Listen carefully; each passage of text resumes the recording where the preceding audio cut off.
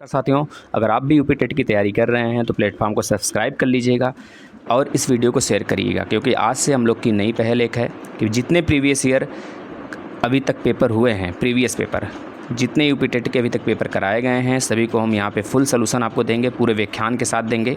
अगर आपको इन सभी का PDF चाहिए तो आप 6386087535 पर लिखकर मैसेज कर देंगे, क्योंकि व्हाट्सअप नंबर है, मैसेज कर देंगे व्हाट्सअप पे लिखकर कि सर मुझे ये PDF सारा प्रोवाइड करा दीजिए। तो मात्र 99 रुपीज़ में आपको ये पूरा PDF में प्रोवाइड करा दूंगा। अगर आपको सभी सब्जेक्ट के कोर्स भी चाहिए तो भी मैं मात्र 99 रुपीज़ में आपको पूरे के पूरे 16 सब्जेक्ट, जितने सब्जेक्ट होते हैं, वर्ल्ड ज्योग्राफी, वर्ल्ड हिस्ट्री सब कुछ एक साथ में आपको प्रोवाइड करा दूंगा। ठीक है मेरे भाई, चलिए हम लोग वीडियो को शुरू कर लेते हैं। आप ज़्यादा से ज़्यादा शेयर करिए, डिस्क्रिप्शन में टेलीग्राम का लिंक दिया गया है, वहाँ पे ज्वाइन हो जाइएगा। ठीक है मेरे भाई, चलिएगा। निम्न कक्षाओं में प्रशिक्षण की खेल विधि आधारित है। पहले आप लोग इसका आंसर बताइए क्या होगा, फिर उसके बाद हम लोग आंसर देखेंगे। इसका ऑप्शन नंबर C राइट हो जाएगा। विकास एवं वृद्धि के मनोवैज्ञानिक सिद्धांत पर आधारित होता है। इसका व्याख्यान आप यहाँ पे पढ़ सकते हैं। निम्न स्तर पर बालकों को शिक्षा प्रदान करने के साथ ही यह भी आवश्यक होता है कि उनकी शारीरिक वृद्धि एवं विकास पर ध्यान दिया जाए। इसके लिए सबसे सर्वोत्तम विधि खेल विधि को माना गया है। ठीक है भाई, डिसलेक्सिया संबंधित है। डिसलेक्सिया किससे संबंधित है? पढ़ने का एक विकार होता है, पढ़ने में सही से जो बच्चे होते हैं सही से नहीं पढ़ पाते हैं, तो इसे कहा जाता है डिसलेक्सिया। बहुत बार पूछा जाता है मेरे भाई। तो डिसलेक्सिया एक पढ़ने संबंधी विकार होता है जिसमें बालकों को अक्षरों को पहचानने में कठिनाई होती है तथा उसका अधिगम बाधित होता है। इस विकार को दूर करने के लिए शिक्षक को मौखिक कार्य एवं पर्याप्त अभ्यास पर बल देना चाहिए। चलिए आ जाते हैं नेक्स्ट क्वेश्चन पे। विशेष रूप से ज़रूरतमंद बच्चों की शिक्षा का प्रबंध होना चाहिए। किसके साथ होना चाहिए? तो आप बता सकते हैं यहाँ पे, जो आपका राइट आंसर होगा A होगा। दूसरे सामान्य बच्चों के साथ ही अगर विशेष रूप वाले बच्चों को करते हैं तो उनके अधिगम में बहुत ज़्यादा दिक्कत नहीं आने वाला है। आप यहाँ पे व्याख्यान पढ़ सकते हैं। विशेष रूप से ज़रूरतमंद बच्चों को सामान्य बच्चों के साथ ही शिक्षा देने का प्रबंध करना चाहिए, ताकि अपनी आवश्यकताओं या ज़रूरतों की पूर्ति के साथ साथ वे सामान्य बच्चों की क्रियाकलापों से भी प्रभावित होते रहें, ताकि भविष्य में सामान्य वातावरण के साथ अपने आप को सामंजस्य या फिर समायोजित कर सकें। चलिए नेक्स्ट क्वेश्चन देखते हैं। क्वेश्चन नंबर 4, अधिगम के प्रक्रिया में अभिप्रेरणा क्या होता है? अभिप्रेरणा मतलब होता है लर्निंग मेरे भाई, सीखना। ठीक है, क्या होता है अभिप्रेरणा अधिगम के प्रक्रिया में? तो इसका राइट आंसर D हो जाएगा। नए सीखने वालों में अधिगम के लिए रुचि का सृजन करता है। अभिप्रेरणा जो होता है वह नए सीखने वाले बच्चों में एक तरह से अधिगम की रुचि के लिए उनको जागरूक करता है, उनको सजाता है। इस तरह से बहुत सारे ऑप्शन आप देखकर उसमें जो सबसे सही होता है वही लगाया जाता है। इसका व्याख्यान देखेंगे। अधिगम प्रक्रिया में अभिप्रेरणा का महत्वपूर्ण स्थान है। अभिप्रेरणा के माध्यम से सीखने वाले में अधिगम के प्रति रुचि उत्पन्न किया जा सकता है, जो अधिगम को प्रभावित बनाता है। अधिगम के प्रक्रिया में रोचकता को बढ़ाने के लिए अभिप्रेरणा का प्रयोग करना चाहिए, ताकि बच्चों में अधिगम के प्रति रुचि एवं उत्सुकता बढ़ती रहे। चलिए क्वेश्चन नंबर 5 पे आ जाते हैं। कक्षा 5 के न्यून दृष्टि वाले बच्चे को, अभी यहाँ पे क्वेश्चन पढ़िएगा बहुत ध्यान से। कक्षा 5 के न्यून दृष्टि वाले बच्चे को, मतलब इससे जोड़ना है हमें, निम्न स्तर के कार्य के लिए माफ़ करना उचित होता है क्या? कक्षा 5 के न्यून दृष्टि वाले बच्चे को कैसे हम ट्रीट करेंगे? यहाँ पे आपको राइट आंसर आपका क्या होगा? C होगा। कक्षा में सामान्य रूप से बर्ताव करना चाहिए और ऑडियो CD के जरिए सहायता प्रदान करनी चाहिए। किसको? कक्षा 5 के न्यून दृष्टि वाले बच्चे को। ध्यान दीजिएगा इस क्वेश्चन को। कक्षा में सामान्य रूप से बर्ताव करना चाहिए और ऑडियो CD के जरिए सहायता प्रदान करनी चाहिए उनको। ठीक है भाई, तब जाके वह चीज़ें को देख सकते हैं, पढ़ सकते हैं। यहाँ पे देखिएगा व्याख्यान इसका।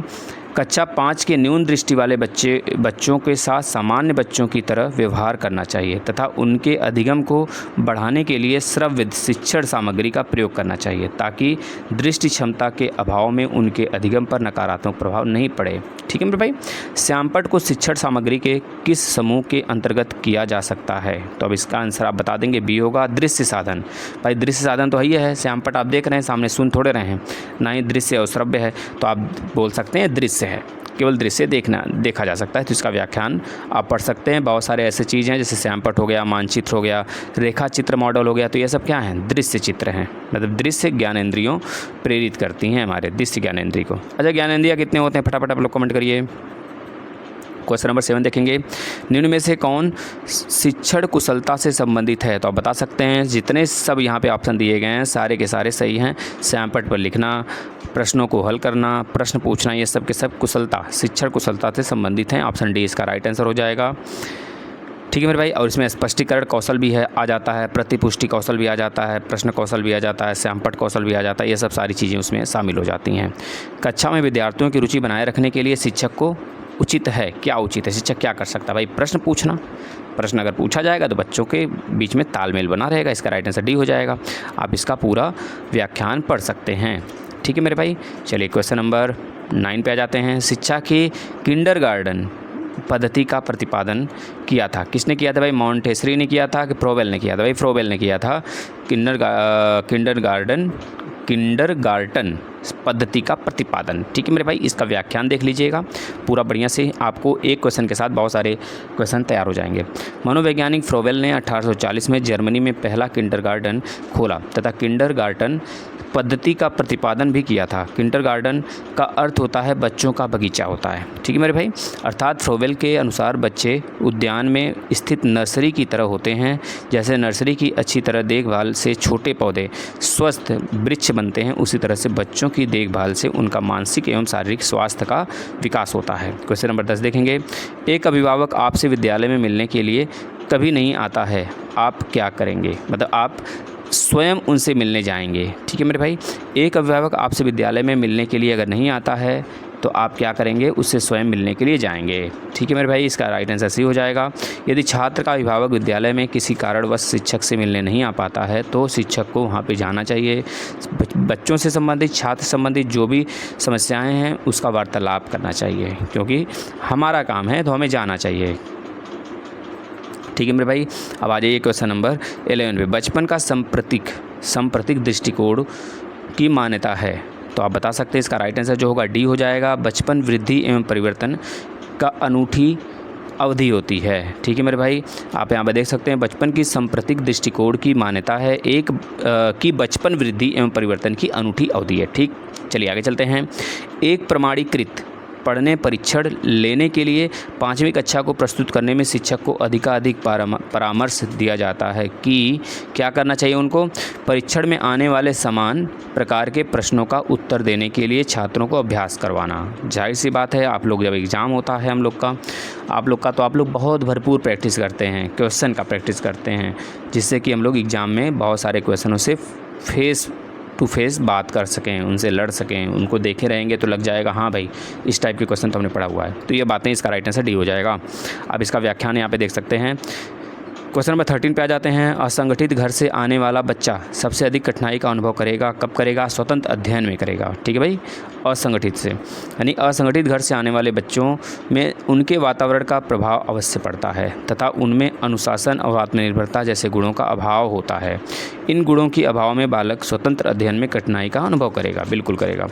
आप देखते हैं कि एक छात्र बुद्धिमान है, आप क्या करेंगे? आप करेंगे कि वह जैसे अधिक प्रगति कर सके उस तरह से उसे अनुप्रेरित करेंगे। जाहिर सी बात है, बच्चे अगर पढ़ना चाहेंगे तो हम पढ़ाएंगे, क्योंकि ऐसा रूल है। बच्चे को मारना पीटना नहीं है, बच्चे को डांटना नहीं है, बच्चे को डराना है। डरा कर आप पढ़ा सकते हैं, लेकिन मारना नहीं है, पीटना नहीं भाई। उनको सज़ा संबंधित कुछ भी चीज़ें नहीं करनी है। उनको प्यार से पढ़ाना है। अगर उनका मन नहीं है पढ़ने का तो नहीं पढ़ाना है, लेकिन पढ़ाने की कोशिश करनी है हमें कि जिससे इस तरह से पढ़ाया जाए कि उनका इंटरेस्ट जगे और वो पढ़ना चाहें। यदि कुछ विद्यार्थी कक्षा में अध्ययन की चित्त वृत्ति में नहीं हैं तो आप उन्हें अध्ययन के लिए बाध्य करेंगे क्या? या फिर आप उन्हें विद्यार्थी को कक्षा छोड़ने के लिए कह देंगे? भाई ऐसा तो कभी करेंगे नहीं। इसका राइट आंसर डी होना चाहिए। उन्हें उनकी रुचि अथवा आप अपने विषय के अनुसार रुचिपूर्ण चीज़ें बताएंगे। जाहिर सी बात है कि भाई अभी तो हमने बताया, अगर उनके पढ़ने का मन रहेगा तो हम लोग पढ़ाएंगे, अन्यथा कंवर्सेशन में उनको इंटरेस्टिंग कुछ बात बताएंगे जिससे कि उनकी रुचि लगने लग जाए। ठीक, व्याख्यान आप पढ़ सकते हैं। क्वेश्चन नंबर 16 पे आते हैं। वह स्तर जिसमें बच्चा किसी वस्तु एवं घटना के बारे में तार्किक रूप से सोचना शुरू करता है, क्या करता है कहा जाता है उसे क्या कहते हैं? मूर्त क्रियात्मक नहीं, औपचारिक व्यवस्था कहते हैं, सॉरी मूर्त क्रियात्मक व्यवस्था अवस्था भी कहते हैं उसको, ठीक है ना। मूर्त क्रियात्मक अवस्था कहते हैं जिसमें कि वो बच्चा सोचता है, अपने मन में मूर्त बनाता है, तार्किक घटना को सोचता है कि ऐसे करेंगे ये न्यूमेरिकल सॉल्व हो जाएगा। मतलब मास्टर साहब ने बोर्ड पे लिखा कुछ, बच्चे के दिमाग में चलने लगा कि भैया ये तो मैंने सॉल्व किया था, ये तो खटाखट हो जाने वाला। तो इस तरह से बातें अगर दिमाग में चलने लग जाता है बच्चे को तो उसे कहते हैं मूर्त क्रियात्मक अवस्था। ठीक भाई, आप यहाँ पे पढ़ सकते हैं पियाजे के संज्ञानात्मक विकास के सिद्धांत के अनुसार तीसरे चरण अर्थात मूर्त संक्रियात्मक अवस्था 7 से 11 वर्ष तक के बालकों में किसी वस्तु या घटना के बारे में तार्किक रूप से सोचना प्रारंभ कर देता है। इस अवस्था में बालकों में चिंतन, तर्क वितर्क, एकाग्रता आदि गुणों का विकास होता है। तो यानी समझ सकते हैं इसको किसने बताया था? पियाजे जी ने बताया था। और 7 से 11 वर्ष के अवस्था में ये चीज़ें होती हैं। क्वेश्चन नंबर 17 पे चलते हैं। बच्चों के बौद्धिक विकास के 4 सुस्पष्ट स्तरों को पहचाना गया था। क्या पहचाना गया था भाई? पियाजे द्वारा पहचाना गया था। बच्चों के बौद्धिक विकास के 4 सुस्पष्ट स्तरों को पियाजे के द्वारा पहचाना गया था। आप बता सकते हैं वो चारों अवस्था आप देख सकते हैं। संवेदिक गतिक अवस्था जो 0 से 2 वर्ष तक का होता है, पूर्व संक्रियात्मक अवस्था जो कि 2 से 7 वर्ष तक होता है, मूर्त संक्रियात्मक अवस्था जो कि 7 से 11 वर्ष तक होता है। इसके बाद औपचारिक संक्रियात्मक अवस्था जो कि 11 से 15 वर्ष तक के होते हैं। तो 0 से 2, 2 से 7, 7 से 11 और 11 से 15, आप ये चारों याद रखेंगे। अल्पवयस्क बच्चों के अधिगम में अभिभावकों की भूमिका होनी चाहिए। कैसी होनी चाहिए? अग्र सक्रिय होनी चाहिए, हमेशा आगे सोचने की क्षमता वाला होना चाहिए। अल्पवयस्क बच्चों के अधिगम में अभिभावक की भूमिका अग्र सक्रिय होनी चाहिए ताकि उनके कार्य में भटकाव की स्थिति न उत्पन्न हो। इस अवस्था में बच्चों को निर्देशन के साथ साथ परामर्श की भी आवश्यकता पड़ती है। ठीक है मेरे भाई, चलिए नेक्स्ट क्वेश्चन पे आ जाते हैं हम लोग। क्वेश्चन नंबर 19, बच्चों के संज्ञानात्मक विकास को सबसे अच्छे तरीके से कहाँ परिभाषित किया जा सकता है? तो आप बता सकते हैं भाई खेल के मैदान में तो किया नहीं जा सकता, विद्यालय एवं कक्षा में किया जा सकता है मेरे भाई, ऑडिटोरियम में नहीं, गृह में नहीं। तो आप याद देख सकते हैं, आप इसको व्याख्यान इसका पढ़ सकते हैं। नेक्स्ट क्वेश्चन पे आते हैं। डैश को अनुप्रेरित शिक्षण के एक संकेत के रूप में विवेचित किया जाता है। किसको किया जाता है? तो ऑप्शन नंबर सी राइट हो जाएगा। विद्यार्थियों द्वारा प्रश्न पूछना को अनुप्रेरित शिक्षण के एक संकेत के रूप में विवेचित किया जा सकता है। भाई बच्चा अगर क्वेश्चन पूछ रहा है तो मतलब कि पढ़ रहा है घर पे, तभी वो पूछ रहा है मेरे भाई। ठीक है, बच्चों में संवेगात्मक समायोजन प्रभावी होता है। संवेगात्मक समायोजन कैसे प्रभावित होता है? तो आप इसको प्रभावी होता है तो बता सकते हैं। यहाँ पे 4 ऑप्शन दिए गए, इसमें डी राइट होगा। यानी व्यक्तिगत निर्माण में भी, कक्षा शिक्षण में भी, अनुशासन में भी उनके अंदर क्या होता है? उनके अंदर समायोजन प्रभावी होता है। ठीक है मेरे भाई, चलिएगा इसका व्याख्यान आप देख सकते हैं। नेक्स्ट क्वेश्चन पे आ जाते हैं। बच्चों के संज्ञानात्मक विकास को सबसे अच्छे तरीके से कहाँ परिभाषित किया जा सकता है? तो भैया आप इसको देखे हैं, रिपीट हो गया है क्वेश्चन, मैं माफ़ी चाहता हूँ, विद्यालय एवं कक्षा में। ठीक है मेरे भाई, तो आप इसका व्याख्यान देख सकते हैं। परिवार एक साधन है। परिवार एक कैसा साधन है? अनौपचारिक है, औपचारिक है, या फिर ये कैसा साधन है भाई? यह गैर औपचारिक शिक्षा या फिर दूरस्थ? तो भैया यह हमेशा समझ लीजिए औपचारिक होता है। जो परिवार होता है वो कैसा साधन होता है? एक अनौपचारिक साधन होता है। अब अनौपचारिक साधन होता क्या है, इसका व्याख्यान देख लेते हैं फटाफट। परिवार ही बालक का प्रथम विद्यालय होता है तथा माता पिता को ही बालक का प्रारंभिक शिक्षक माना जाता है। इससे प्राप्त ज्ञान अनौपचारिक होता है तथा इसी ज्ञान से बालक में सामाजिक एवं नैतिक मूल्यों का विकास होता है। हम लोग कहते हैं ना भाई, माँ बाप ने क्या शिक्षा दिया है? अगर बालक ने शरारत करना शुरू कर दिया तो बालक को दोष दिए बगैर हम लोग उसके माँ बाप को शिक्षा देते हैं, मतलब कि बुरा भला कहते हैं कि भाई आपके घर वाले ने आपको शिक्षा कैसा दे देखा है। तो यह चीज़ें डायरेक्टली मुँह से निकलता है, भले ही बालक कितना शैतान हो, माँ बाप बहुत शिक्षित हों, तो यह हम लोग नहीं देखते हैं कि बालक हो सकता है हॉस्टल में रहता हो, बालक हो सकता है बाहर रहता हो। ठीक है मेरे भाई, चलिए नेक्स्ट क्वेश्चन पे आ जाते हैं। एक शिक्षक विद्यार्थियों में सामाजिक मूल्यों को विकसित कर सकता है। कैसे कर सकता है? आदर्श रूप में बताओ करके, मतलब बदलाव करके ये चीज़ें। अब देखिए, शिक्षक स्वयं को आदर्श रूप से प्रस्तुत करके तथा आदर्श आचरण को अपनाकर छात्रों में सामाजिक एवं नैतिक मूल्यों का विकास कर सकता है। जैसा शिक्षक करेगा वैसा बच्चे भी करने का प्रयास करते हैं, है ना। मान लीजिए कभी शिक्षक ने बच्चों को कहा कि भाई ये गलती मत करो, शिक्षक ने कर दिया, तो बहुत सारे बच्चे उसको इनडायरेक्टली फेस करते हैं और उस चीज़ को कभी भी बोल सकते हैं कि भैया हमें मना किया जा रहा है, लेकिन आप इस गलती को क्यों कर रहे हो, दोहरा रहे हो। एक शिक्षक के लिए सबसे महत्वपूर्ण क्या है? कोई शिक्षक क्या सबसे ज़्यादा उसके लिए महत्वपूर्ण है? कक्षा में अनुशासन बनाए रखना, कक्षा में समयानुवर्ती होना, विद्यार्थियों की कठिनाइयों को दूर करना, एक सुवक्ता होना। मेरे भाई, विद्यार्थियों की कठिनाई को दूर करेंगे आप तभी तो अच्छे टीचर होंगे। शिक्षक की यही गुण होती है। चलिए नेक्स्ट क्वेश्चन पे आ जाते हैं। आप अपनी कक्षा में 2 मंदबुद्धि बच्चों को बैठाने के लिए बोला गया है। आपको बोला गया है कि उसे बैठाइए, ठीक है ना, बैठाने के लिए बोला गया है, तो आप क्या करेंगे? तो आप उन्हें अपने विद्यार्थियों के रूप में ग्रहण करने से इनकार करेंगे। भैया ऐसा तो कभी करेंगे ही नहीं। प्रधानाध्यापक को उन्हें किसी और कक्षा में, नहीं भैया अभी तो नहीं बोला जा सकता। ऐसे विद्यार्थियों को सिखाने का तकनीक सीखेंगे। बिल्कुल, यह हमें सीखना है, बच्चों को बाहर नहीं करना है, क्योंकि अगर ऐसा करने लग गए तो विद्यालय में गधे बच्चे तो रहेंगे ही नहीं, अच्छे बच्चों की कैटेगरी बन जाएगी।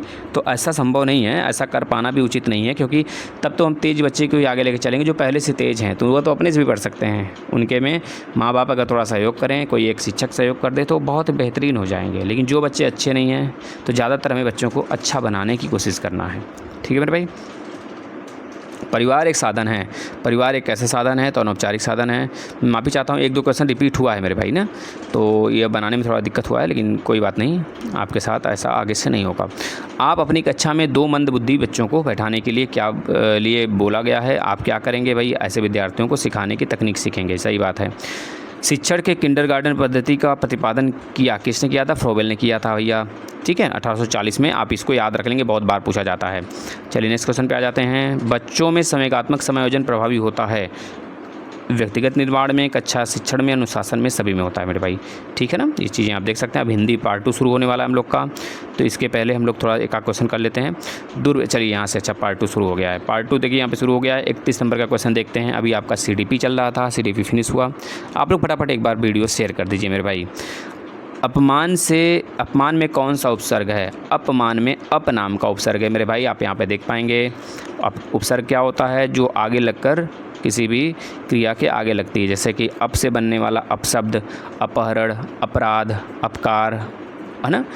अव से बनने वाला आप अवगत देख सकते हैं, अवलोकन देख सकते हैं, अवनत देख सकते हैं, अवसान देख सकते हैं। अति से बनने वाला अतिकाल, अतिरिक्त, अतिशय, अत्याचार। ठीक है भाई। उप से बनने वाला उपसर्ग उपकार हो जाएगा, उपकूल हो जाएगा, उपदेश हो जाएगा, उपासना हो जाएगा। दुर्व्यवस्था कौन सा उपसर्ग है? दुर्व्यवस्था में कौन सा उपसर्ग? उपसर्ग जो आगे लगता है तो दु और आधार। ठीक है मेरे भाई, दुर्व्यवस्था हो जाएगा। दुर्व्यवस्था, दुर से बनने वाला बहुत सारे हैं। दुर्व्यवस्था, दुराचार, दुर्दशा, दुर्जन। दुस से बनने वाला दुस्साहस, दुसहाय, दुष्कर्म। अव से बनने वाला अवतार, अवशेष, अवनति, अवस्था। दु से बनने वाला दुकाल, दुबला, दुबारा, दुसाह। ठीक है मेरे भाई। पराजय में कौन सा उपसर्ग है? पराजय में कौन सा है? पर। ठीक है भाई, पर। अब ये इसको याद रखेंगे। चलिए नेक्स्ट क्वेश्चन पे आ जाते हैं हम लोग। अच्छा, पर से बनने वाले बहुत सारे हो जाएंगे। पराक्रम, परमाणु, परामर्श, पराभूत। परि से बनने वाला परिक्रमा, परिजन, परिणाम, परिधि। प्र से बनने वाला प्रकाश, प्रख्यात, प्रचार, प्रबल। आ से बनने वाला आरंभ, आगमन, आकाश, आपज्म। ठीक है भाई। द्विग समास का उदाहरण। भैया समास कितने होते हैं तो आप बता सकते हैं। समास अव्ययी भाव समास होता है, अव्ययी भाव के बाद तत्पुरुष आ जाता है, फिर द्विगु होता है, द्वंद्व होता है, कर्मधारय होता है, बहुब्री होता है। ये 6 समास बहुत अच्छे से पढ़कर आप जाएंगे।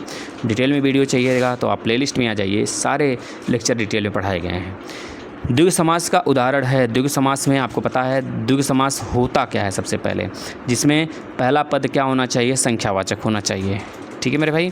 तो जैसे 9 कर्ण मतलब कि कर्ण की संख्या 9 हो, 9 करणों का समूह। ठीक है मेरे भाई। प्रथम पद संख्यावाचक होता है, उसे हम क्या कहते हैं? द्विग समास कहते हैं। यथाशक्ति, शक्ति के अनुसार अव्ययी भाव समास होता है। माता पिता इस तरह से हो, भाई बहन तो द्वंद्व समास होता है। पीताम्बर कर्मधारय समास होता है, जिसमें किसी की न पहले पद की न दूसरे पद की प्रधानता होती है, उसे बहुब्री समास कहते हैं। हिंदी किस लिपि में लिखी जाती है? भैया हिंदी देवनागरी लिपि में लिखी जाती है। संस्कृत भी देवनागरी लिपि में लिखी जाती है, याद रखना है। ठीक है मेरे भाई। इंग्लिश किस में लिखा गया है? अच्छा, गुरुमुखी में क्या हो जाएगा? गुरुमुखी में आप बता सकते हैं भाई, पंजाबी होता है। और जो इंग्लिश होता है, अंग्रेजी होता है, ये किस लिपि का है? आप बताइए फटाफट। रोमन का है क्या? बताइएगा। चलिए आ जाते हैं नेक्स्ट क्वेश्चन पे। सर्वनाम के कितने भेद होते हैं? भैया सर्वनाम के 6 भेद होते हैं। 6 भेद के फटाफट नाम आप बिना देखे ईमानदारी से कमेंट बॉक्स में कमेंट करेंगे। फटाफट लिखिए तो 6 के देखिए। पुरुषवाचक सर्वनाम, निजवाचक सर्वनाम, निश्चयवाचक सर्वनाम, अनिश्चयवाचक सर्वनाम, संबंधवाचक सर्वनाम, प्रश्नवाचक सर्वनाम। ठीक है मेरे भाई। हम एक बता देते हैं। पुरुषवाचक सर्वनाम में जैसे यह, वह, तुम, तुम, है ना, मैं, हम, ये सब यूज होता है। निजवाचक में, निजवाचक सर्वनाम में आप बता सकते हैं निजता का बोध होता है, मेरा है, तुम्हारा है ना, ये सारी चीज़ें। अनिश्चयवाचक में मतलब जिसका निश्चित न हो, निश्चयवाचक में निश्चित है ना, निश्चित होता है। और अनिश्चयवाचक में निश्चित न हो, कौन, कहाँ, ये सब सारी चीज़ें हैं। संबंधवाचक में संबंध की बात होती है, प्रश्नवाचक में प्रश्न की बात होती है, क्या, क्यों, कैसे, ये सब आता है।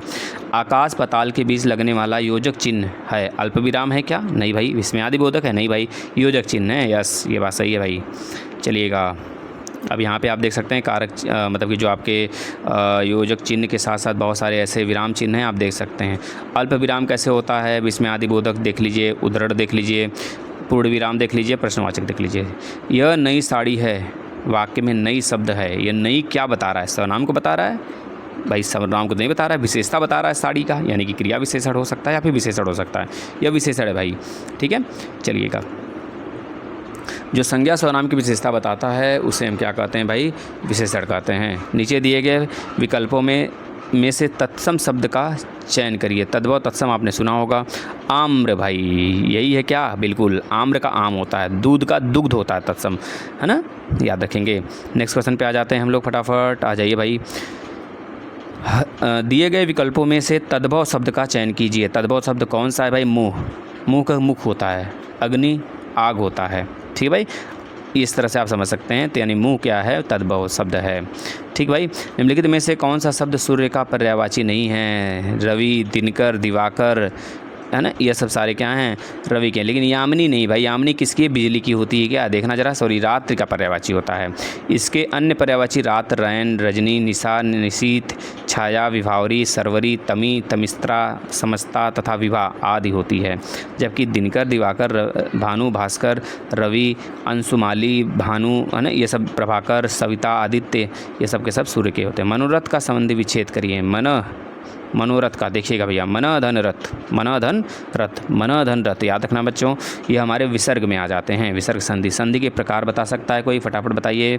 संधि के 3 प्रकार होते हैं मेरे भाई, स्वर संधि, है ना, व्यंजन संधि और विसर्ग संधि। स्वर संधि के कितने प्रकार होते हैं? फटाफट लिख देना जरा। तो वृद्धि होता है, गुण होता है, दीर्घ होता है, यण होता है और अयादि होता है मेरे भाई। 5 होते हैं, 5 को बहुत बढ़िया से पढ़ जाना, यहाँ से क्वेश्चन आता है।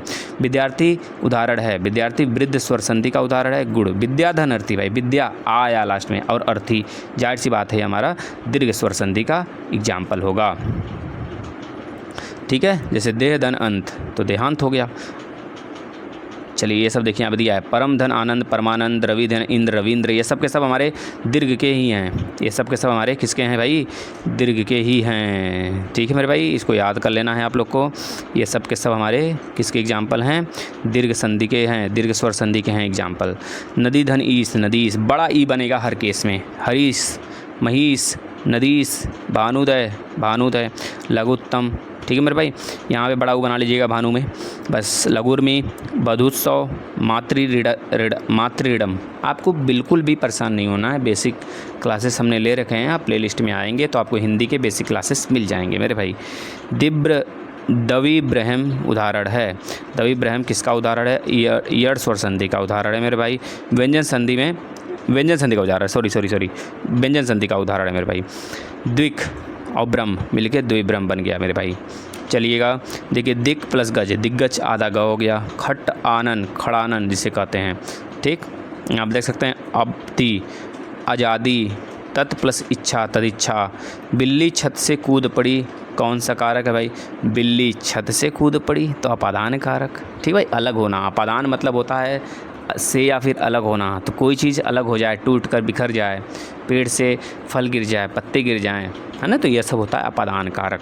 कर्ता ने कर्म को करण से, अपादान से अलग होना, तो ये सारी हैं 8 कारक हैं। 8 कारक को बहुत बढ़िया से पढ़ जाना है आप लोग को। देखिए, कर्ता ने कर्म को करण से के द्वारा के साथ संप्रदान को के लिए, अपादान से पृथक होना, ठीक है। संबंध काके की, डारे री, नाने नी, मामे मी, काके की, ये सब आ जाता है। अधिकरण में पर और संबोधन हे, अरे, आजी, अरा, ये सब आ जाता है। नीचे लिखे वाक्य के लिए एक शब्द बताइए जो युद्ध में स्थिर रहता है। युद्ध में स्थिर रहने वाले को युधिष्ठिर कहते हैं मेरे भाई। युधिष्ठिर कहाँ पे गया आप देखिए ज़रा, युधिष्ठिर आपका राइट आंसर हो जाएगा। चलिएगा आगे चलते हैं। युधिष्ठिर, जिसने यश प्राप्त किया हो यशस्वी कहते हैं। जो अश्व की सवारी करता हो उसे अश्वारोही कहते हैं। जो सत्य के लिए आग्रह करता हो उसे सत्याग्रह कहते हैं, सत्याग्रही कहते हैं। शैव कहते हैं। शैव किसे कहा जाता है? जो शिव की उपासना करते हैं उसे शैव कहा जाता है मेरे भाई। ठीक है। विष्णु की उपासना करने वाले को क्या कहते हैं फटाफट बताइए तो? वैष्णव कहते हैं उसको। वाचाल कहते हैं। वाचाल का मतलब जो अधिक बोलता है, क्या? बिल्कुल, जो बहुत बोलता है उसे हम क्या कहते हैं? वाचाल कहते हैं। श्याम धीरे धीरे चलता है। धीरे धीरे शब्द क्या है? क्या क्रिया विशेषण है? जी मेरे भाई, वो क्रिया विशेषण होगा। आपका राइट आंसर क्या हो जाएगा? इसमें नहीं दिया है क्या? अभी दिया है, बी ऑप्शन राइट हो जाएगा। नेक्स्ट क्वेश्चन पे आ जाते हैं। 50 से 52 तक आप देख सकते हैं। क्वेश्चन को नीचे दिए गए विकल्पों में से वर्तनी के अनुसार शुद्ध शब्द का चयन कीजिए। 50 से 52 तक का बताइएगा। अनुसैंगिक, अनुसैंगिक, अनुसैंगिक, औनसैंगिक, भैया इसका आंसर राइट आंसर ए हो जाएगा। शुद्ध है वही आपका। नेक्स्ट पे आ जाइए। इसमें भी शुद्ध पहचानिए, फटाफट शुद्ध पहचानिए मेरे भाई। क्या हो जाएगा?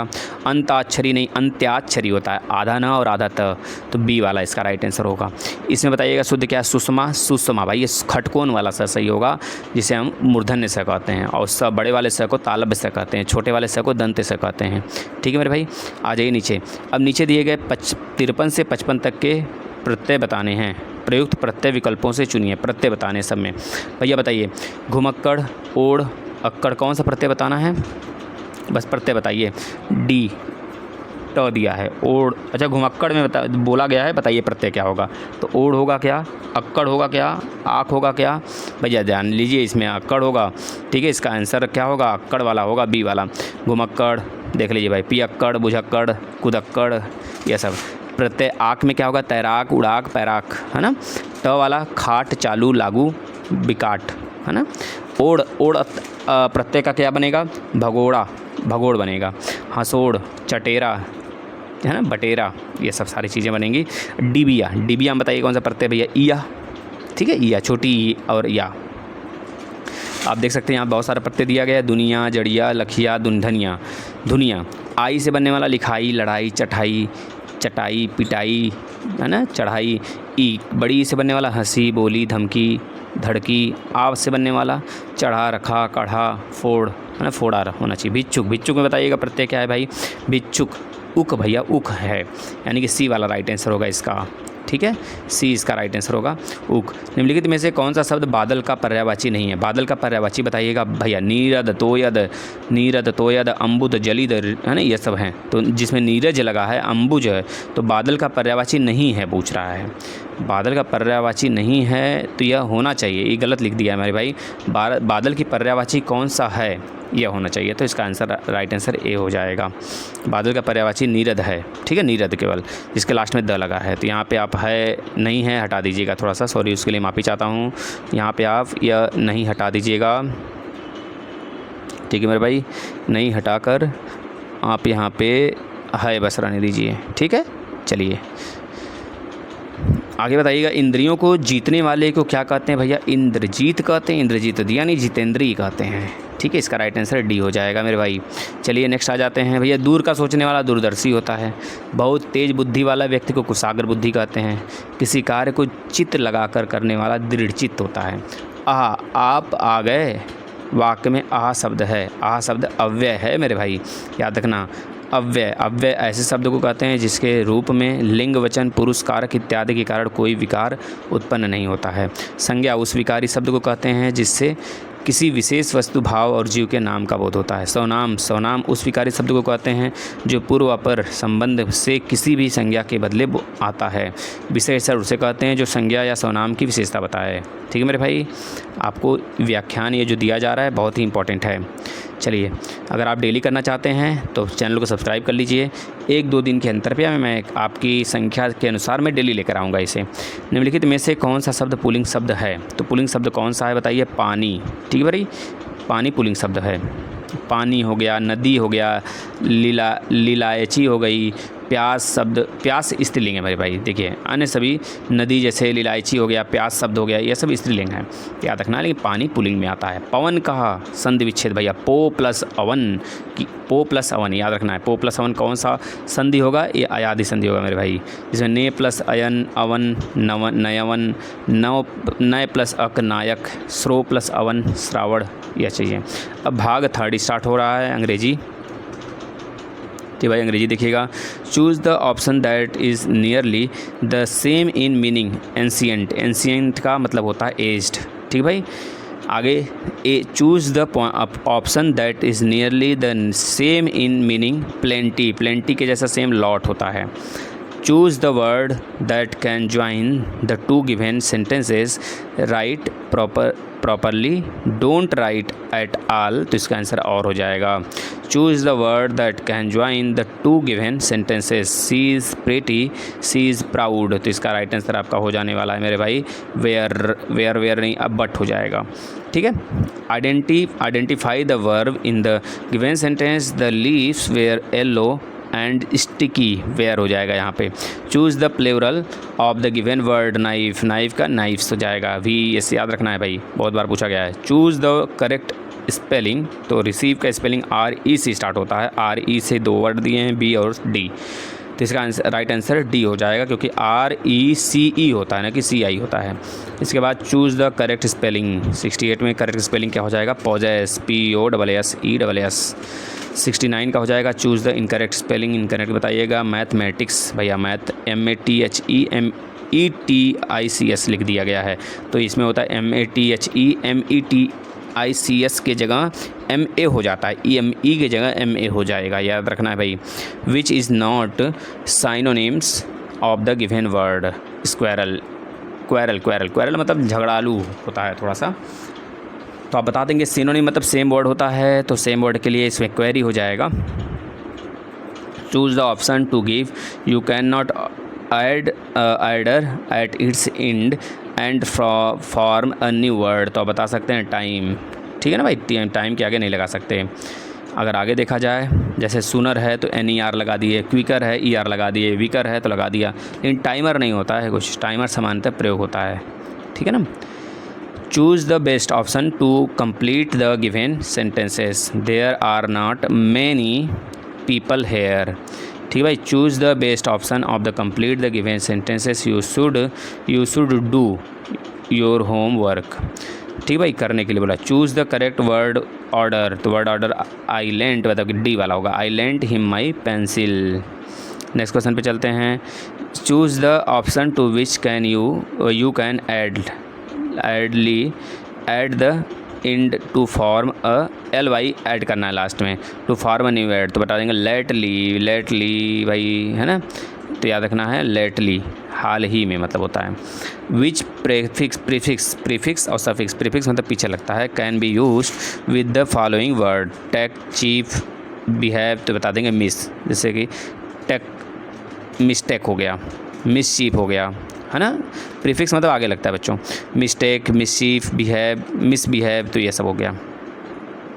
Fill in the blank with correct proposition, he deals in rice, नहीं विथ राइस, नहीं एट राइस, नहीं भैया क्या होगा, सॉरी ई नहीं होगा बेटा इसका मेरे भाई बेटा निकल जाता है मुँह से, तो उसके लिए क्षमा चाहता हूँ भाई, शब्द सही लगता है मुझे भी। विच सफिक्स मतलब पीछे लगाना है अब आपको। Can be used with the following word, spoon mouth, तो स्पून का क्या होगा भैया, इसमें देखना पड़ेगा थोड़ा सा, एक मिनट। स्पूनफुल, हाँ यह सही है, spoonful, mouthful. For the question below choose the best answer, shall we go to the gym now, तो इसका राइट आंसर हो जाएगा नॉट एट ऑल, ठीक है मेरे भाई, सर्वोत्तम उत्तर नॉट एट ऑल होगा। Which is the adjective in the given sentence, the टाल गर्ल मीट अ बॉय, तो टाल गर्ल टाल होगा इसका right answer. Which is not any antonyms of the given word, lovely का एंटोनिम इसमें से कौन सा नहीं है, टाल नहीं है लवली का।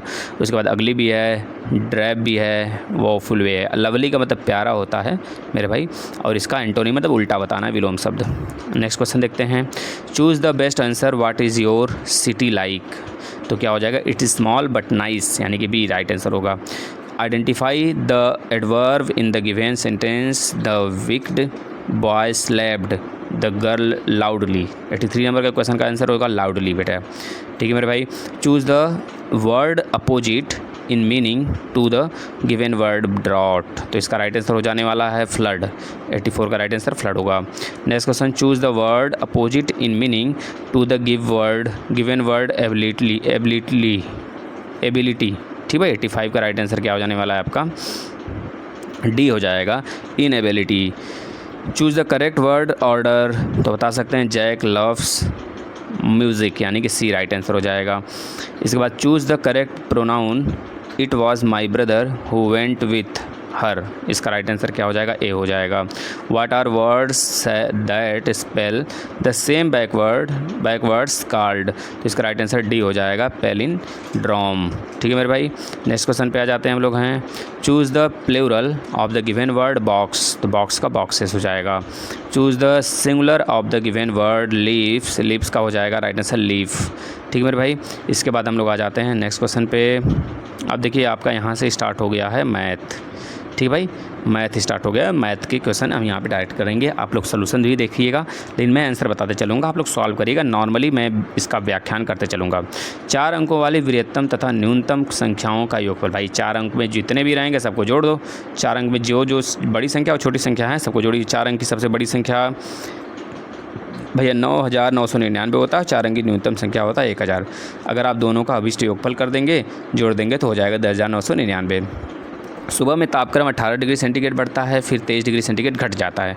यदि प्रारंभिक तापक्रम 27 डिग्री सेंटीग्रेड हो तो अंतिम तापक्रम क्या होगा, भैया पहले क्या हुआ, बढ़ा, फिर 23 डिग्री सेंटीग्रेड घट गया, पहले बढ़ा फिर घट गया। यदि प्रारंभिक तापक्रम 27 डिग्री था तो 27 से बढ़कर 18 कितना होगा, 27 में 18 जोड़ देंगे, फिर 27 में 18 जोड़ने के बाद 23 को माइनस कर देंगे। मेरे भाई समझ में आया। 27 में से पहले 18 जोड़ेंगे, फिर 23 को माइनस करेंगे, तो कितना हो जाएगा, 18 और 4, इसका राइट आंसर 22 डिग्री सेंटीग्रेड हो जाएगा। मेरे भाई समझ में आ गया होगा। मान लीजिए -2, भैया इसका गुणा करना है, -2 गुणे -3, माइनस माइनस प्लस हो गया, 3 दूना 6 हो गया, और 5 चौके 20 यहाँ भी प्लस हो गया, एक लास्ट में -6 भी दिया है, तो 5 चौके 20 और 20 छक्का 6 दूनी 12, 120 छक्का 12 छक्का 72, 720 होगा माइनस में, क्योंकि भैया ये दोनों माइनस माइनस प्लस, ये दोनों माइनस माइनस प्लस, एक माइनस एक्स्ट्रा है, तो -720। भैया अब आते हैं नेक्स्ट में, 8 किलोग्राम 350 ग्राम से 3 किलोग्राम 168 ग्राम को घटाइए। भैया 8 किलोग्राम 350 ग्राम में से घटाना है 3 किलोग्राम 168 ग्राम को, तो आप यहाँ पे देख लीजिए माइनस किया है, माइनस करके लिख सकते हैं, आपका आंसर राइट हो जाएगा ए, 5 किलोग्राम 172 ग्राम आपका राइट आंसर होगा।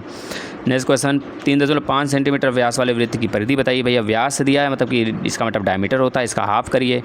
भैया पहले इसको 7/2 को हाफ करेंगे तो 7/4 हो जाएगा, तो इसका परिधि पूछ रहा है, 2πr फार्मूला होता है, रख दीजिए, है ना, 2πr फार्मूला होता है, तो पाई 2 × पाई की वैल्यू 22/7 और r की वैल्यू हमने बता दिया आपको 22/4, या फिर आप डायरेक्ट 2πd लगा सकते हैं। पाई की वैल्यू 22/7 × 3.5 करेंगे तो 11 इसका राइट आंसर हो जाएगा। संक्रिया करिए भाई, जोड़िए इसको, 9 बॉड मास रूल लगाइए, 9 + 7, पहले ब्रैकेट तोड़ते हैं, 9 × 1 = 10, 6 = 16 को 4 से डिवाइड कर देंगे तो 4, 5 चौके 20 आपका राइट आंसर हो जाएगा। ठीक है मेरे भाई, अब इसमें भिन्न को आरोही क्रम में आपको सजाने हैं, तो इसका राइट आंसर क्या होगा, सी, 3/8, 5/9, 2/3, 5/6 मेरे भाई। ठीक है, चलिएगा नेक्स्ट क्वेश्चन है आपका, मार्टिन के पास कुछ मार्बल हैं, उनमें से उसने 14 खो दिए, 14 खो गया, मान लीजिए उसके पास x मार्बल है, x - 14 हो गया, उसके पास 6 रह गए, x - 14 = 6 कर दीजिए, 14 6, आरंभ में उसके पास 20 मार्बल थे भाई। ठीक है, सरल कीजिए भाई, सरल कर देना है, एलसीएम लेकर सब कट पिट कर देंगे, आपका राइट आंसर बी आ जाएगा। भाई देख लीजिए, इतना आसान पेपर नहीं आने वाला है, प्रीवियस ईयर है, 2011 का है, सोच लीजिए। ठीक है ना, तो मैं धीरे धीरे लेवल आपको दिखाऊंगा जब 2021 तक आ जाएंगे, पहले पूरा प्रीवियस ईयर कर दीजिए भाई, इसमें से भी आ सकता है, ऐसी बात नहीं है। चलिए नेक्स्ट चलते हैं। नेक्स्ट क्वेश्चन क्या है आपका, 100 नंबर का 2.6 का मल्टीप्लाई करना है, 0.91 में है तो मल्टीप्लाई कर देंगे, कितना आ जाएगा, 2.366, ए ऑप्शन सही हो जाएगा। नेक्स्ट क्वेश्चन पे आ जाते हैं, क्वेश्चन नंबर 101। भैया 6 की पावर 3/4, तो 6 की पावर 3/4 को जो आप सॉल्व करेंगे तो इसका राइट आंसर 4 आएगा। सॉल्व करने का तरीका आप यहाँ पे देख पा रहे हैं, 4 की पावर 3 तो 3 3 जा 9/4, 9/4 आ गया और बराबर इसका राइट आंसर क्या हो जाएगा मेरे भाई, 4 हो जाएगा। देख रहे हैं आप 3 4 4 जा या फिर 4 4 जा 16, 16 4 जा 64 है। तो आप यहाँ पे आप देख पा रहे हैं कि 4 के पावर में 9/4 इज इक्वल टू 4। यह रॉन्ग दिया है मेरे भाई, ये क्वेश्चन रॉन्ग दिया है, ठीक है ना। इसका ऑप्शन आप सॉल्व कर लेंगे तो 8 का स्क्वायर आएगा, 8 के स्क्वायर से जब उसको कैंसिल करेंगे 2 को तो 3/2 बचेगा। फिर 3/2 का मतलब हो जाएगा 2 के पावर में आपका 2 के पावर में 9/2 बचेगा आपका राइट आंसर, जो कि यहाँ पे कोई ऑप्शन सही नहीं है, इसमें यह रॉन्ग दिया है। -0.008 का घनमूल क्या होगा भाई, बता सकते हैं। -0.008 का घनमूल, माइनस बाहर रहने दीजिए, 0.008 का निकालेंगे तो 0.2 आपका राइट आंसर हो जाएगा, -0.2। 496 और 318 का निकटतम सैकड़ों में मान बताइएगा भाई। 496 का 500 हो जाएगा, 318 का 300 हो जाएगा। तो निकटतम सैकड़ों में मान बताइए, योग बताना है। तो 4 5 3 800 आपका राइट आंसर हो जाएगा।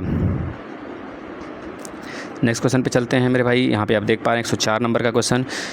1 सही 1/4 माइनस 7/10 को आपको माइनस करना है, तो 6 सही 3/7 आपका राइट आंसर हो जाएगा। नेक्स्ट क्वेश्चन है 1/4 प्लस 3/4 को जोड़ना है, तो 4/4 यानी आपका राइट आंसर। इसमें भी रॉन्ग दिया है मेरे भाई, देखिए 1/4 और 3/4 को जो आप जोड़ेंगे तो 4/4 आएगा, यानी 1 आपका राइट आंसर होगा इसमें, ठीक है ना, 1 होगा। गलत सही 1, लेकिन विकल्प D 3 दिया गया है, ठीक मेरे भाई, 1 इसका राइट आंसर होगा, ठीक है ना, ये गलत दिया गया है। अब एक आयताकार टंकी की लंबाई 6 मीटर है, चौड़ाई 2.4 मीटर है, गहराई 1 मीटर है, तो इसका आयतन गहरा निकालने के लिए तो आप क्या करेंगे, मल्टीप्लाई करा देंगे सभी का भाई। 7.2 आपका राइट आंसर हो जाएगा, D। दो समांतर रेखाओं के बीच की दूरी हमेशा बराबर होती है, ऑप्शन सी सही है। 207 के पावर 0 माप का कोण, अच्छा 270 डिग्री माप का कोण एक उदाहरण है भाई, न्यून कोण का नहीं, अधिक कोण का नहीं, सम कोण का नहीं, प्रतिवर्ती कोण का, भैया सही बात है। नेक्स्ट क्वेश्चन पे देखेंगे। नेक्स्ट क्वेश्चन क्या है भाई, 109 वाला क्वेश्चन देखिएगा। 108 और 144 का लसा होगा, 108 और 144 का लसा आप निकाल सकते हैं, 432 आ जाएगा मेरे भाई। फैक्टराइज करके निकाल लीजिए। एक त्रिभुज की भुजाओं की माप 5 है, 5 12 13 है, भैया ट्रिपलेट होते हैं। 13 का स्क्वायर करेंगे तो बराबर में 5 का स्क्वायर प्लस 12 का स्क्वायर आ जाएगा, तो यह समकोण त्रिभुज हैं आपके, राइट आंसर यह हो जाएगा आपका, ठीक है। इसके बाद हम लोग चलेंगे क्वेश्चन नंबर 111 पे। 9 ट्राई साइकिल में कितने पहिए होंगे, 9 ट्राई साइकिल में भैया 27 पहिए होंगे, आप इसको देख सकते हैं। 1 से 1/2 मीटर लंबी रस्सी से 5 सही 4/8 मीटर काटे गए, उससे शेष रस्सी कितनी बची, तो भैया 1 से 1/2 को जब सॉल्व करेंगे 2 1 2 1 3/2 हो जाएगा, 8 × 40 40 4 44/8 को माइनस कर देंगे, उसमें से 7 सही 5/8 आ जाएगा, ठीक है मेरे भाई। मान ज्ञात करिए 37.188 डिवाइड बाई 3.6, तो आप इजीली इसको डिवाइड कर सकते हैं, इसमें बहुत बड़ा महारत मतलब तीर नहीं चलाना है। 999 तथा 3000 के बीच 4 अंकों वाली कितनी संख्याएं होंगी, 999 तथा 3000 के बीच 4 अंकों वाली संख्या कितनी होंगी भैया, माइनस कर लेंगे तो करीब 2000 आ जाएगा आपका राइट आंसर, ठीक है मेरे भाई। बिना कोई शेषफल के निम्न में से कौन सी संख्या 9361 को विभाजित करती है, बताइए भाई। तो पूरे रूप से विभाजित कर देना है, तो आप देख लीजिए भैया 6 1 7 और 7 3 10 9 19, यानी कि 13 13 7 91 11 कर देगा मेरे भाई, देख लीजिए 6 9 6 15 15 में से 4 गए 11, यानी कि आपको अगर विभाजिता का रूल पता होगा तो आप इजीली कर पाएंगे, यानी कि D आपका राइट आंसर हो जाएगा। Question number 116। 1 से 1/2 को कितने आधे हैं भैया, 3 आधे हैं, इसमें 1 है और 1 तो पूरा है, तो 3 आधा हुआ कि नहीं। 44 माइनस है, बॉडमास रूल से क्वेश्चन आया भाई, देख लो आप, बस क्वेश्चन देख लो, इसका राइट आंसर 37 होगा। ऐसे ही हमको तैयारी करना है ऐसे क्वेश्चन के लिए। 8.2 सेंटीमीटर लंबी प्रत्येक भुजा वाले वर्ग की परिमिति क्या होगी, परिमिति मतलब भैया उसका परिमाप बताना है, पैरामीटर बताने हैं उसको, पैरामीटर कहिए आप उसको कहिए भैया कि उसके चारों तरफ का जोड़ कहिए, शुद्ध भाषा में ऐसे सुन लो। तो 32.8 सेंटीमीटर आएगा, अगर 8.2 सेंटीमीटर लंबी प्रत्येक भुजा वाले वर्ग की परिमिति पूछ रहा है तो भैया 8 का 4 में गुणा करके, मतलब 8 चौको 32 और 32 4 दूनी 8, उसको जोड़ देंगे तो आपका पता चल जाएगा कि भाई कितनी है, मतलब 4 से गुणा कर देना, भुजा गुणे 4, 32.8 इसका होगा, 16.2 नहीं, ठीक भाई। चलिए नेक्स्ट क्वेश्चन पे चलते हैं। एक टीन के बर्तन में 20 लीटर पेट्रोल है, रिसाव के कारण 3 लीटर पेट्रोल की हानि हुई। टीन के बर्तन में कितना प्रतिशत पेट्रोल रह गया भैया? 3 तो बह गया, 20 तो है उसमें, 20 में से 3 जब बह गया तो 17 आ गया। तब 17 लीटर है, 17/20 कर देंगे, गुणे 100 कर देंगे, आ जाएगा राइट आंसर। 3 पेंसिल का मूल्य 20 रुपया है, 6 दर्जन का मूल्य बताइए। 3 पेंसिल का 20 रुपया है तो 1 पेंसिल का 20/3, और 6 दर्जन में होते हैं 12, 12 6 72 का गुणा कर देंगे भैया, 20/3 गुणे 72 कर देंगे, आपका राइट आंसर आ जाएगा मेरे भाई। पर्यावरण से आप संबंधित क्वेश्चन देखते हैं। हम लोग चौथे से 5वें सेक्शन में आ चुके हैं, फटाफट आप लोग सॉल्व करेंगे मेरे भाई। चलिए, लवण जो जल का अवशोषण करता है क्या कहलाता है? तो हाइग्रोस्कोपिक लवण कहते हैं। इसका व्याख्यान के लिए आप PDF परचेज कर लीजिए मात्र 99 रुपीज़ में, हमने बता दिया। 6386087535 पर आप मैसेज करिएगा, ये व्हाट्सअप नंबर है, और आप बोलिएगा मुझे PDF चाहिए प्रीवियस ईयर पेपर का, तो मैं आपको जितने साल अभी तक हुए हैं यूपी टेट में सारा PDF आपको प्रोवाइड कर दूंगा, बिल्कुल फ्री ऑफ कॉस्ट, बिल्कुल 99 रुपीज़ में मेरे भाई। फ्री ऑफ कास्ट कहेंगे तो फ्री ऑफ कास्ट भी दे देंगे मेरे भाई, लेकिन आप उस कंडीशन में आप एक काम करिएगा, मेरे द्वारा जितने भी चीज़ें बनाए गए हैं, जैसे अगर आपको चाहिए कि सर मैं 99 रुपीज़ परचेज कर रहा हूँ सर, मुझे जितने भी आपका जो सब्जेक्ट है सब्जेक्ट वाइज का PDF दे दीजिए, और बल्कि ये फ्री में मैं दे दूँगा आपको, ठीक है। आप दोनों में से कोई काम कर सकते हैं, उसको लेंगे तो मैं दूसरा वाला फ्री दे दूँगा, मतलब 99 रुपीज़ आपको पे करना पड़ेगा। पारिस्थितिकी तंत्र एवं प्राकृतिक अधिवासों का संरक्षण तथा उनके प्राकृतिक वातावरणों में प्रजातियों का जीवन क्षम जनसंख्या का रखरखाव एवं प्रतिस्थापित के लिए प्रयुक्त पद है तो स्वस्थानीय संरक्षण मेरे भाई, जिसे इन सीटू कहते हैं, और एक सीटू मतलब कि बाहर रखा जाता है। सामुद्रिक कछुओं को जीवंत जीवाश्म कहा जाता है क्योंकि वे 150 मिलियन वर्षों से अधिक समय से पृथ्वी में उपस्थित हैं। भारतीय उपमहाद्वीपों के जल भागों में पाए जाने वाले 5 प्रजातियों के समुद्री कछुओं में सबसे अधिक संख्या किसकी है? तो बता सकते हैं भैया, ऑलिव रिडले जो कि महाराष्ट्र के भितरकनिका द्वीप महाराष्ट्र कर रहा हूँ, उड़ीसा के भितरकनिका में पाया जाता है, ठीक है भाई। विश्व उष्मायन के लिए निम्न में से कौन एक कारक है? तो बता सकते हैं वाहनों से निकली गैसें जो होती हैं विश्व उष्मायन के लिए हानिकारक होती हैं।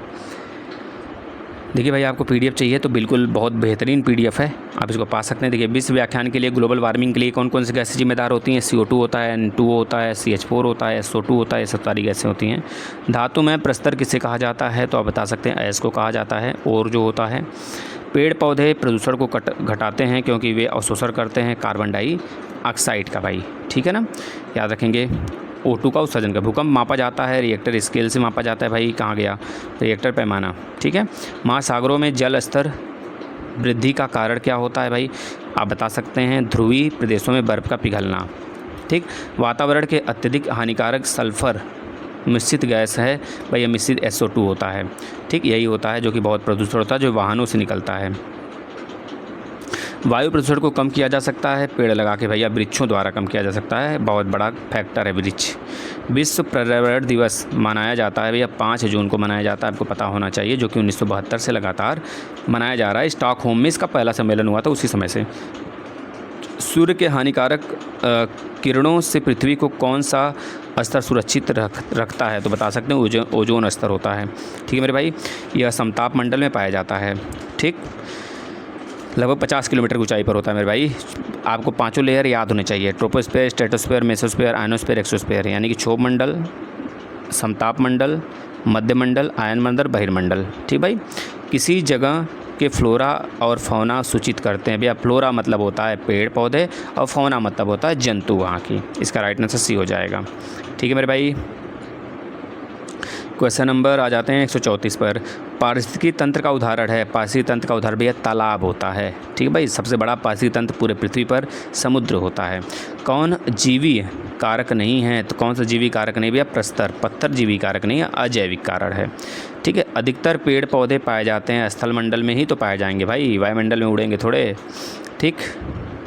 आगे देखते हैं, अन्य मृत जंतुओं पर निर्वाह करने वाले प्राणी भैया पैरासाइट होते हैं कि स्क्वेंजर होते हैं? भैया स्क्वेंजर होंगे, जिसमें बैक्टीरिया आ जाता है और हमारे फंगल आ जाते हैं, ये सारी चीज़ें। जब गिद्ध वगैरह मृत्यु हो जाती है किसी भी जानवर का तो सब खा पी के अपना पचा जाते हैं, उसको मिट्टी में मिला देते हैं, जो कि एक तरह से कहा जाता है उसका डिकम्पोजिशन हो गया। CNG संक्षिप्त रूप क्या है भैया? कंप्रेस्ड नेचुरल गैस होता है, इसका राइट आंसर याद रखेंगे। और एलपीजी का बता दीजिए भैया, लिक्विड पाइड पेट्रोलियम गैस होता है। ये आपका पूरा का पूरा हो गया ख़त्म। अगर आपको चाहिए होगा, ये 1 से लेकर 5 तक के था प्राथमिक के लिए, मैं दोनों के लिए कराऊंगा, चाहे आपका प्राथमिक हो चाहे जूनियर हो। फटाफट आप इस चैनल को सब्सक्राइब कर लीजिए, इस वीडियो को शेयर कर दीजिए मेरे भाई। जब आपको चाहिए होगा PDF सभी सब्जेक्ट का भी और प्रीवियस ईयर भी सभी, तो मात्र 99 रुपीज़ आप पे करेंगे। अपने भाइयों को भी बताएंगे कि मात्र 99 रुपीज़ में मिल रहा है, आप लोग लेकर तैयारी में जुट जाइए। आपसे एक रिक्वेस्ट है, ज़्यादा से ज़्यादा शेयर करिए और चैनल को सब्सक्राइब नहीं किए मेरे भाई तो हाथ जोड़कर विनम्र विनती है कि सब्सक्राइब कर लेंगे। धन्यवाद।